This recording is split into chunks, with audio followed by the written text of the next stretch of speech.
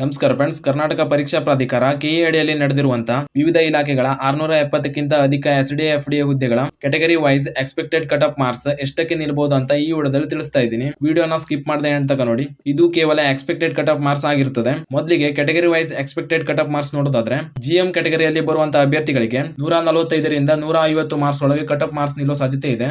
ST ಕೆಟಗರಿಯಲ್ಲಿ ಬರುವಂತಹ ಅಭ್ಯರ್ಥಿಗಳಿಗೆ 130 ರಿಂದ 135 ಮಾರ್ಕ್ಸ್ ಒಳಗೆ ಕಟ್ ಆಫ್ ನಿಲ್ಲೋ ಸಾಧ್ಯತೆ ಇದೆ. ಹಾಗೂ ಎಸ್ಟಿ ಕೆಟಗರಿಯಲ್ಲಿ ಬರುವಂತಹ ಅಭ್ಯರ್ಥಿಗಳಿಗೆ 120 ರಿಂದ 125 ಮಾರ್ಕ್ಸ್ ಒಳಗೆ ಕಟ್ ಆಫ್ ನಿಲ್ಲಬಹುದು. ನಂತರ ಕೆಟಗರಿ 1ರಲ್ಲಿ ಬರುವಂತಹ ಅಭ್ಯರ್ಥಿಗಳಿಗೆ 125 ರಿಂದ 130 ಮಾರ್ಕ್ಸ್ ಒಳಗೆ ಕಟ್ ಆಫ್ ನಿಲ್ಲೋ ಸಾಧ್ಯತೆ ಇದೆ. ನಂತರ 2A 2B ಕೆಟಗರಿಯಲ್ಲಿ ಬರುವಂತಹ ಅಭ್ಯರ್ಥಿಗಳಿಗೆ 135 ರಿಂದ 140 ಮಾರ್ಕ್ಸ್ ಒಳಗೆ ಕಟ್ ಆಫ್ ನಿಲ್ಲೋ ಸಾಧ್ಯತೆ ಇದೆ. ಹಾಗೂ ಕೊನೆಯದಾಗಿ 3A 3B ಕೆಟಗರಿಯಲ್ಲಿ ಬರುವಂತಹ ಅಭ್ಯರ್ಥಿಗಳಿಗೆ 125 ರಿಂದ 130 ಮಾರ್ಕ್ಸ್ ಒಳಗೆ ಕಟ್ ಆಫ್ ನಿಲ್ಲೋ ಸಾಧ್ಯತೆ ಇದೆ ಅಂತ ಹೇಳ್ಬೋದು. ಈ ಕಟ್ ಆಫ್ ಮಾರ್ಕ್ಸ್ ಕೇವಲ ಎಕ್ಸ್ಪೆಕ್ಟೆಡ್ ಆಗಿರ್ತದೆ.